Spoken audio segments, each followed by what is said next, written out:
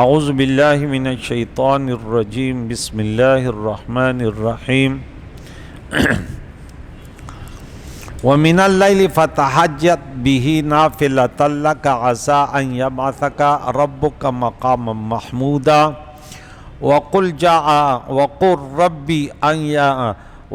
ربی ادخلنی مدخل صدق واخرجنی مخرج صدق واجعل لی من لدنک سلطانا نصیرا صدق اللہ العظیم۔ یہ نویں رکوع یہاں سے شروع ہوئی سورہ بنی اسرائیل کی، اور ہماری آیت ویسے 79 ہو گئی، لیکن اس پر گفتگو باقی تھی۔ عسیٰ ان یبعثک ربک مقاما محمودا۔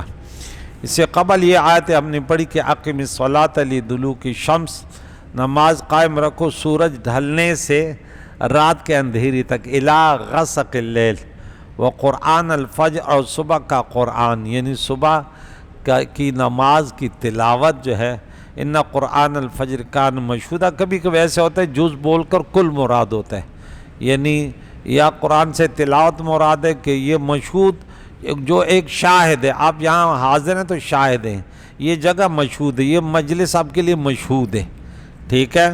تو صبح کی نماز جو یہ مشہود ہے، اس میں فرشتے حاضر ہوتے ہیں۔ اور وَمِنَ اللَّيْلِ فَتَہَجَّدْ بِهِ نَافِلَةً لَكَ، اور رات کے کچھ حصے میں تہجد کرو، یہ خاص تمہارے لیے زیادہ ہے، نفل کہتے ہیں زیادہ چیز کو۔ عسیٰ ان یبعثک ربک مقاما محمودا، قریب ہے کہ تمہارا رب ایسی جگہ کھڑا کرے جہاں سب تمہاری حمد کرے۔ محمود ایک ہوتا ہے حامد جو تعریف کرتا ہے، ایک ہوتا ہے محمود جس کی تعریف کی جائے۔ تو کیا یہ وہ مقام ہوگا جہاں کائنات، پوری کائنات حضور کی تعریف کریں گے، خالق بھی اور ساری مخلوق بھی۔ یہی وہ مقام ہے جہاں تشریف فرما ہو کر حضور شفاعت کبریٰ کا دروازہ کھولیں گے۔ یہ مقام حضور کے لیے خاص ہے جس پر سب رش کریں گے۔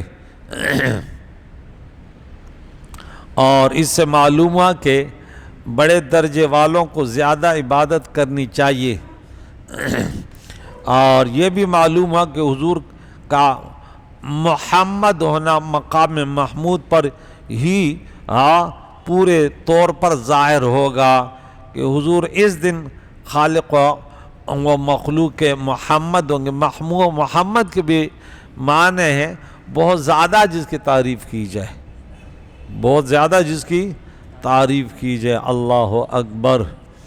تو یہاں پہ تھوڑا ترجمہ کروں، اور وقل، اور آپ کا ہے ربی، اے میرے رب، ادخلنی، کہ مدخل صدق، یوں عرض کرو کہ اے میرے رب مجھے سچی طرح داخل کر، سچائی کے ساتھ، اور سچی طرح باہر لے جا، اور میرے لیے وجلی، میرے لیے کر دے، من لدنکا، اپنے طرف سے، سلطانا نصیرا، مددگار، غلبہ دے۔ وقل جاء الحق وزهق الباطل، اور آپ فرماؤ کہ حق آیا اور باطل مٹ گیا، ان الباطل کان زہوقا، اور بے شک باطل کو مٹنا ہی ہے۔ وَنُنَزِّلُ مِنَ الْقُرْآنِ مَا هُوَ شِفَاءٌ وَرَحْمَةٌ لِّلْمُؤْمِنِينَ، اور ہم قرآن میں اتارتے ہیں وہ جو ایمان والوں کے لیے شفا ہے اور رحمت ہے۔ شفاء ورحمة للمؤمنین ولا يزيد الظالمین الا خسارا، اور ظالموں کے لیے نقصان ہی نقصان بڑھاتا ہے یہ قرآن نفاق۔ تو یہ جو نکلنا سچائی کے ساتھ اور داخل ہونا، فتح مکہ کے دن حضور کعبہ معظمہ میں تشریف لے گئے، اور لیکن یہ آگے کی آیت ہے، یہ حضور علیہ السلام مکہ المکرمہ سے نکلے اور پھر مدینہ طیبہ میں، اس میں مختلف توجیہات بیان کروں گا کہ کہاں کہاں قبر میں جانا، قبر سے باہر آنا، محشر کے میدان، نماز میں جانا، نماز سے آ جانا، نیک اعمال میں جانا، یہ تمام توجیحات اس میں پائے جاتے ہیں، ابھی ہم پیش کریں گے۔ سب سے پہلے ہم مقام محمود کے متعلق چند باتیں کریں گے کہ یہ کون سی اس میں کیا کیا توجیحات ہیں، مقام محمود کیا ہے۔ تو مقام محمود اللہ کریم نے فرمایا کہ اس کے بعد اللہ تعالیٰ نے فرمایا ان قریب آپ کا رب آپ کو مقام محمود پر فائز فرمائے گا۔ مقام محمود کی تفسیر میں 4 قول ذکر کیے گئے ہیں۔ حضور علیہ السلام کو شفاعت کبریٰ عطا فرمائے گا، یا شفاعت کبریٰ عطا فرمانا، حضور علیہ السلام کو حمد کا جھنڈا عطا فرمانا، پیارے آقا دو جان کو دوزخ سے مسلمانوں کو نکالنے کے لیے شفاعت کا اذن عطا فرمانا۔ شفاعت کبریٰ سے مراد شفاعت وہ شفاعت ہے جو سب سے پہلے شفاعت ہوگی۔ اللہ کریم محشر والوں کا حساب شروع فرمائے گا جب حضور شفاعت کریں گے، اس کو شفاعت کبریٰ کہتے ہیں۔ اس میں تمام مخلوق شامل ہوگی۔ اس دن اللہ تعالیٰ اس قدر جلال میں ہوگا کہ کوئی شخص اللہ تعالیٰ سے کلام کرنے کی جرت نہیں کر سکے گا، سب خوفزدہ ہوں گے۔ اس وقت پیارے آقا دو جان عرش کے نیچے اللہ کے حضور سر بسجود، اور پھر اللہ تعالیٰ آپ کو اذن شفاعت دے گا۔ یہی مقام محمود ہے کہ جو کام کوئی نہ کر سکے گا آپ قیامت کے دن وہ کام کریں گے، اور تمام اولین آخرین آپ کی تعریف اور تحسین کریں گے۔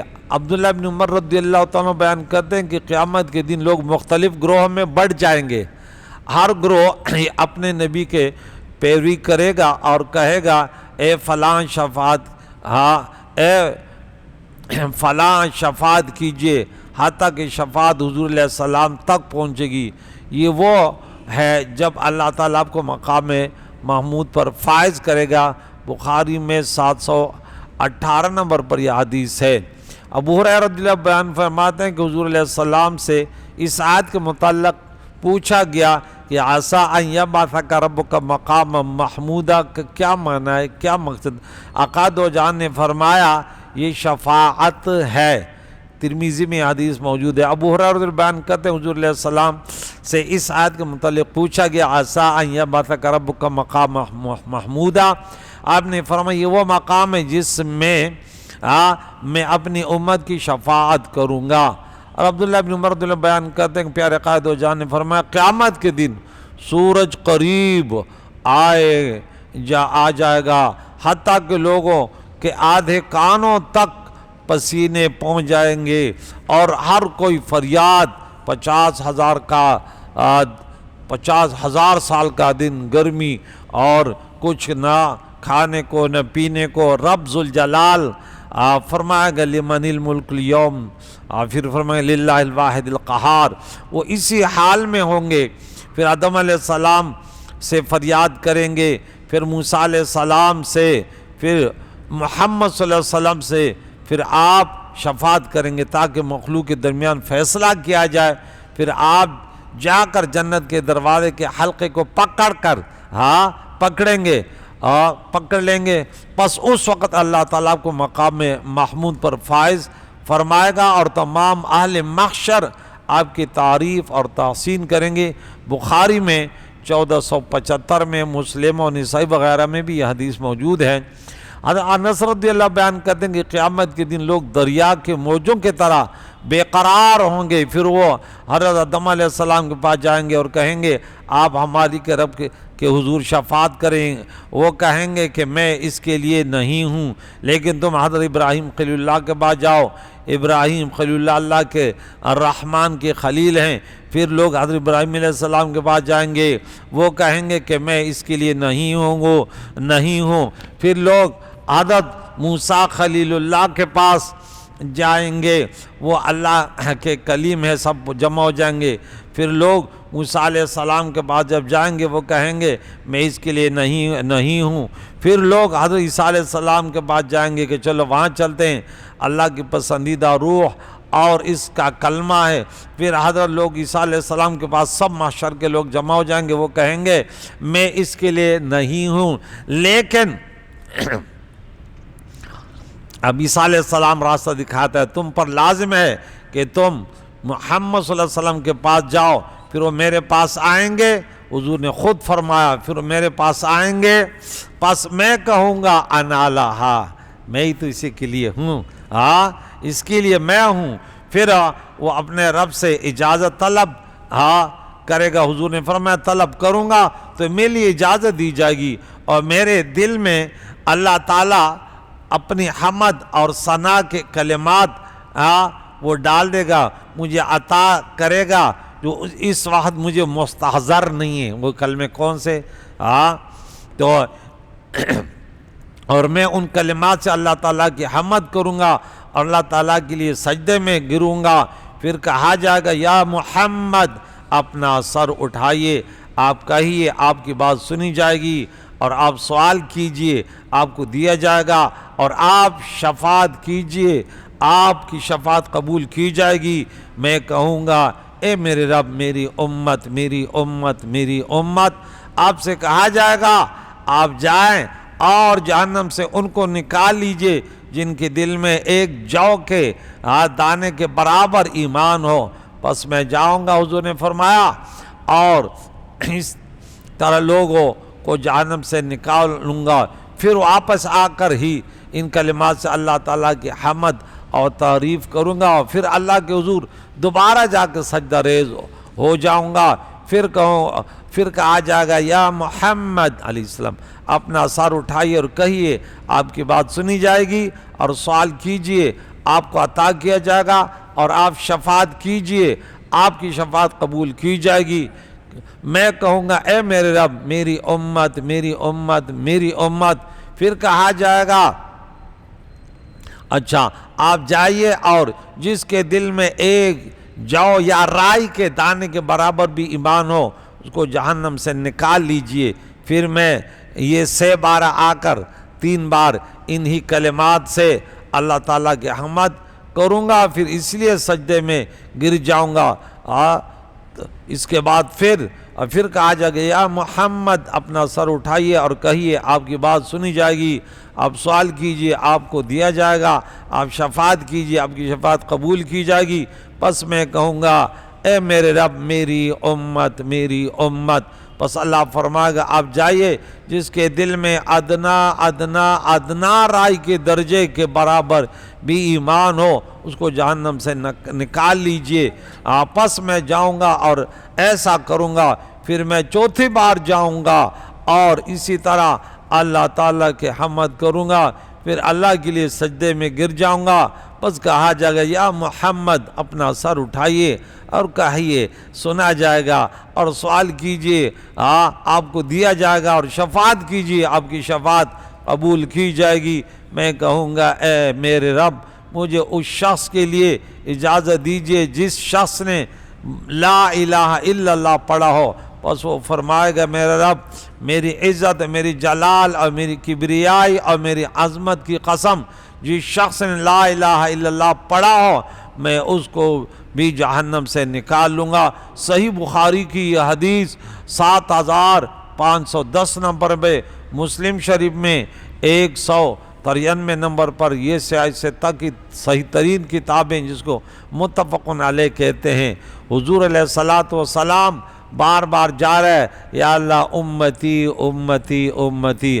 آج امت بدعات میں، خرافات میں، بدکاریوں میں، حرام خوریوں میں ایک دوسرے کے خون، جب حضور نے نصیحت کی حجۃ الوداع کے موقع پر، اے میری امت ایسے نہ ہو کہ ایک دوسرے کی گردنیں اڑاؤ، ایک دوسرے کا خون بہاؤ، خیال رکھو، ہوشیار رہو۔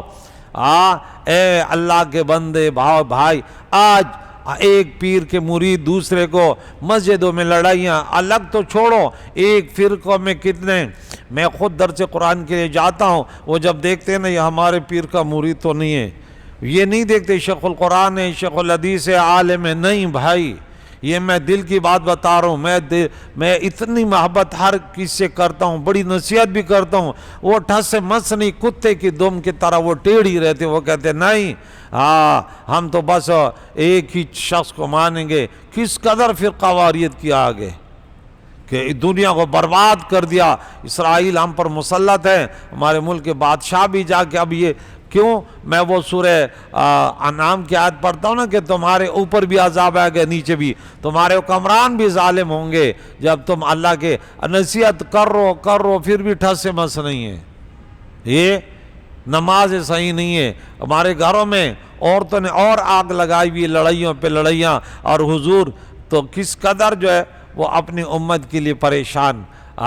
زمین پہ چل رہے تھے تو امتی، دنیا میں آئے تو امتی امتی، دنیا سے جا رہے تھے امتی امتی. معاشر کے میدان میں ہر نبی اللہم سلم نفسی، یا اللہ مجھے بچا، یا اللہ مجھے بچا. اور میرے نبی کے زبان پہ صرف یہی ہوگا امتی امتی امتی. فرش پہ ہمارا ذکر کیا، عرش پہ گئے ہمارا ذکر کیا، ہر جگہ امت امت، ہر جگہ امت کے لیے آسانی پیدا کی. لیکن جب وقت آیا تو امت صرف پیسے کے لیے اڑتی بھی ہے، بیٹھتی بھی ہے. یہ امت تو حضور نے فرمایا ایک وقت آئے گا تم دنیا سے اتنی محبت کرو گے، موت سے خوف زدہ ہو گئے، دشمن تم پر غالب ہو جائیں گے، تم پر ایسے حملہ آور ہوں گے جیسے ایک جگہ کھانا تیار ہے اور کھانے والے اس پر حملہ آور ہوتے. بولا ہم کم ہوں گے، بولا کم نہیں ہوں گے، لیکن دنیا کی محبت تمہیں لے جائے گی، لے ڈوبے گی. پھر قواریت کی آگ. حضور علیہ السلام کی شفاعت کے اقسام کہ حضور علیہ السلام 3 قسم کی شفاعت کریں گے. ایک شفاعت کبریٰ ہے کہ تمام مخلوق اس میں شامل ہے کہ حساب کتاب شروع کر دے یا اللہ. دوسرے دخول جنت کے لیے شفاعت کریں گے. اور تیسری گناہ کبیرہ کرنے والوں کے لیے شفاعت کریں گے. اور ابن عطیہ نے کہا کہ مشہور صرف 2 قسمیں، شفاعت عامہ جس شفاعت کبریٰ کہتے، اور گناہگاروں کو جہنم سے نکالنے کے لیے شفاعت. اور یہ شفاعت دیگر انبیاء علیہ السلام کے علاوہ علماء بھی کریں. قاضی عیاض رحمہ اللہ نے کہا قیامت کے دن ہمارے حضور کی شفاعت 5 قسم کی ہوگی. شفاعت عامہ، ایک گروہ کو بغیر حساب کے جنت میں داخل کرنے کے لیے شفاعت. آپ کی امت میں سے جو لوگ اپنے گناہوں کی وجہ سے جہنم کے مستحق تھے، پھر ان کے لیے اور جن کے لیے اللہ چاہے گا حضور علیہ السلام شفاعت کریں گے اور جنت میں داخل ہو جائیں گے. نمبر 4 گناہگاروں کو جو جہنم میں جائیں گے ان کے لیے شفاعت حضور علیہ السلام اور دیگر انبیاء، ملائکہ اور بعض نیک مسلمانوں کی شفاعت سے جہنم سے نکال دیے جائیں گے. نمبر 5 اعلیٰ جنت کے درجات اضافے کے لیے شفاعت فرمائیں گے. حضرت جابر بیان کرتے ہیں حضور علیہ السلام فرمایا جس نے اذان سننے کے بعد یہ دعا کی، اے دعوت کامل اور اس کے بعد کھڑے ہونے والی نماز کے رب، محمد صلی اللہ علیہ وسلم کو جنت میں بلند درجہ اور فضیلت عطا فرما اور ان کو اس مقام محمود پر فائز فرما جس کا تو نے ان سے وعدہ فرمایا ہے، تو اس کے حق میں میری شفاعت واجب ہوگی. حضور نے فرمایا، یہ بخاری کا حدیث ہے 4719 پر، کہ میری شفاعت اس کے لیے واجب ہوگی. ہم اذان سنتے ہی مسجد میں آئے ہی جب مسئلہ بیان کرتے ہیں تو سب آگ بگولا ہو جاتے ہیں. اذان ہو رہی ہے تب بھی بیٹھے ہوئے گپے لگا رہے ہیں. کسی کو سمجھاؤ، ٹھس سے مس نہیں ہوتے. کیوں ہم باتیں کیوں نہ کریں؟ ہمیں نصیحت کی جاتی ہے لوگوں کو مت روکو. میں نے بولا جب تک زبان چل رہی ہے روکوں گا. میرے نبی کا فرمان ہے کہ تم میں سے کوئی برائی کرتے ہوئے دیکھے اس کو روکے. علماء کا کام ہے زبان سے کہہ دے یہ غلط چیز ہے، اس میں تمہیں بڑا نقصان ہوگا. حضور علیہ السلام کہ مقام محمود کا دوسرا معنی ہے کہ آپ کو قیامت کے دن حمد کا جھنڈا عطا کیا جائے گا. ابو سعید الخدری رضی اللہ عنہ بیان کرتے حضور علیہ السلام نے فرمایا میں قیامت کے دن تمام اولاد آدم کا سردار ہوں گا اور فخر نہیں، اور میرے ہی ہاتھ میں حمد کا جھنڈا ہوگا اور فخر نہیں ہے. ترمذی شریف، ابن ماجہ وغیرہ، ابو داؤد کی صحیح حدیث ہے. اور پیارے آقا دو جان کی شفاعت سے دوزخ سے مسلمانوں کو نکال لے جانا، یہ مقام محمود کا تیسرا معنی ہے. اور اس کے متعلق شفاعت کبریٰ کے زیر عنوان احادیث آپ لوگوں نے سماعت فرما لی ہے۔ کریم مولا سے دعا ہے۔ اچھا یہ بات کر دوں، ایک بات کر کے پھر آگے انشاءاللہ کل تشریح ہوگی کہ مدخل صدق اور مخرج صدق کیا ہے۔ اور عبداللہ ابن عباس کے بیان کرتے ہیں حضور علیہ السلام مکے میں تھے، پھر آپ کو ہجرت کا حکم دیا گیا اور اس وقت آپ یہ آیت نازل ہوئی، یعنی مجھے صدق کے ساتھ مدینے میں داخل فرما اور صدق کے ساتھ مدینے سے باہر لا۔ اور پھر فرماتے ہیں کہ عبداللہ ابن عباس سے روایت ہے کہ مجھے قبر میں سچائی کے ساتھ داخل فرما اور سچائی کے ساتھ قبر سے باہر لا۔ قتادہ نے حسن سے روایت کیا کہ مجھے صدق کے ساتھ مکے میں داخل فرما اور صدق کے ساتھ مکے سے باہر لا۔ آپ مکے سے مشرکین سے بے خوف ہو کر نکل آئے اور پھر فاتحانہ شان سے مکے میں داخل ہوئے۔ اور نمبر 4، مجھے زندگی کے تمام امور میں، سفر میں اور حضر میں جہاں بھی داخل فرمائے سچائی کے ساتھ داخل فرما اور جہاں سے بھی باہر لائے سچائی کے ساتھ باہر لا۔ تو حق آیا اور باطل مٹ گیا۔ عبداللہ بن مسعود رضی اللہ بیان کرتے ہیں کہ مکے میں داخل ہوئے اور بیت اللہ کے گرد کتنے بت تھے؟ یہ بت پڑے ہوئے تھے 163 یہاں لکھا ہوا ہے۔ آپ کے ہاتھ میں ایک چھڑی تھی، آپ وہ چھڑی ان بتوں پر مارتے ہوئے فرماتے تھے جاء الحق وزہق الباطل ان الباطل کان زہوقا۔ بخاری کی 4720 نمبر آیت ترمذی میں بھی ہے۔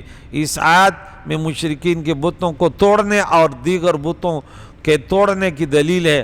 آج کل کی ثقافت میں مختلف جانوروں کے خوبصورت مجسمے بنا کر گھروں میں زینت اور ڈیکوریشن کے طور پہ لگائے جاتے ہیں، یہ جائز نہیں اور مجسموں کو توڑنا واجب ہے۔ اس طرح لہو لعب کے تمام وہ آلات جو دین اور عبادت سے غافل کرنے والے ہوں اور ان میں سے نیکی اور خیر کا کوئی پہلو نہ ہو، ان کو توڑنا واجب ہے۔ اسی طرح ٹی وی اور VCR پر اگر فلمیں اور موسیقی کے پروگرام سنیں اور دیگر وغیرہ چیزیں تو توڑنا واجب ہے۔ اور اگر ان کے ذریعے صرف خبریں، دینی اور معلوماتی پروگرام دیکھیں اور سنے جائیں تو ان کو رکھنے میں کوئی حرج نہیں، لیکن اس زمانے میں ایسا ہونا بہت مشکل ہے۔ ریڈیو اور آڈیو کیسٹ کا بھی یہی حکم ہے۔ ابو ہریرہ رضی اللہ عنہ نے فرمایا کہ حضور علیہ السلام نے فرمایا اس ذات کی قسم جس کے قبض قدرت میری جان ہے،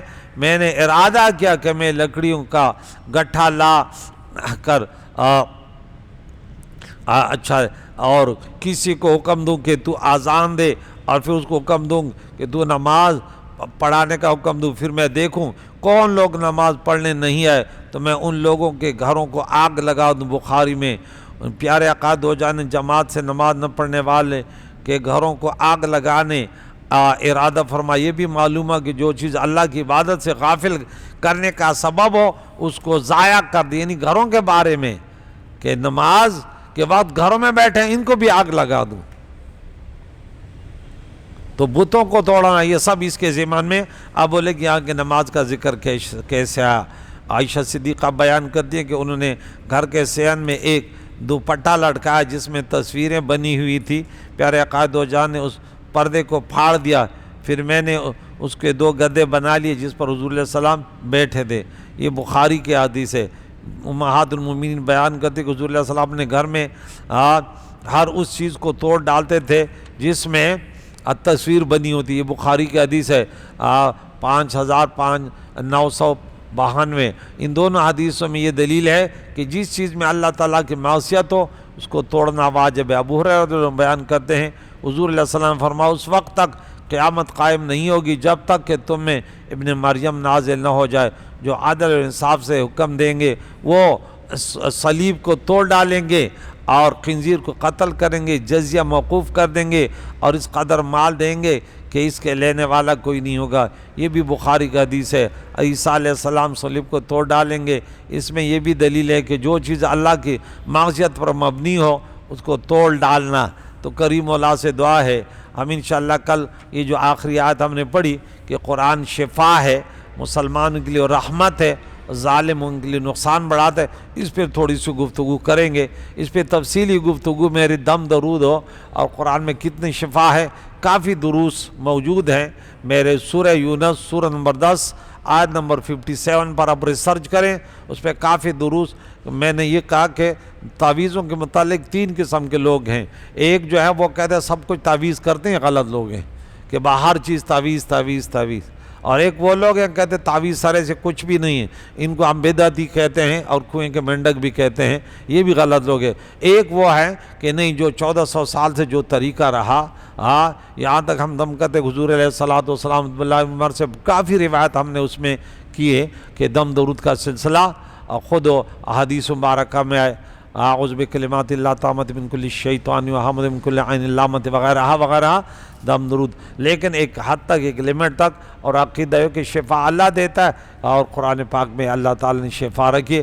اللہ تعالیٰ میں عقیدہ اہل سنت و جماعت پر رکھے۔ اللہ کریم سے دعا ہے ہمیں اپنے پیارے نبی سے کہ ہم نے اس کے بارے میں اتنے باتیں سنی ہیں، رات دن اس پر درود پڑھنے کی توفیق، درود و سلام پڑھنے کی توفیق عطا فرمائے، پیارے نبی کے ہر سنت کو زندہ کرنے والے بنا دے، ہر بدعت کو مٹانے کی اللہ توفیق عطا فرمائے، پیارے اللہ کی بندگی، پیارے نبی کی پیاری شریعت و سنتوں کے مطابق کریم مولا ہم سب پر اس پر گامزن فرما۔ جو علماء کرام پیران اعظام یہ آج بھاگ دوڑ کر رہے ہیں، اسی پر محنت کرتے ہیں، اللہ ان کے زبانوں، ان کے عمروں، ان کے علوموں میں برکت عطا فرما۔ جو شر و فساد پھیلاتے ہیں ان کے شر سے بچا، ملک پاکستان اس پیارے شہر کو امن کا گہوارہ بنا، ہم سب کے مرومینوں کی مغفرت، زندوں کو دین اسلام پر جینے سے پر موت ہو، یہی تڑپ ہے یا غیاث المستغیثین اغثنا یا رب، وصلی اللہ محمد وصحبہ اجمعین برحمتہ۔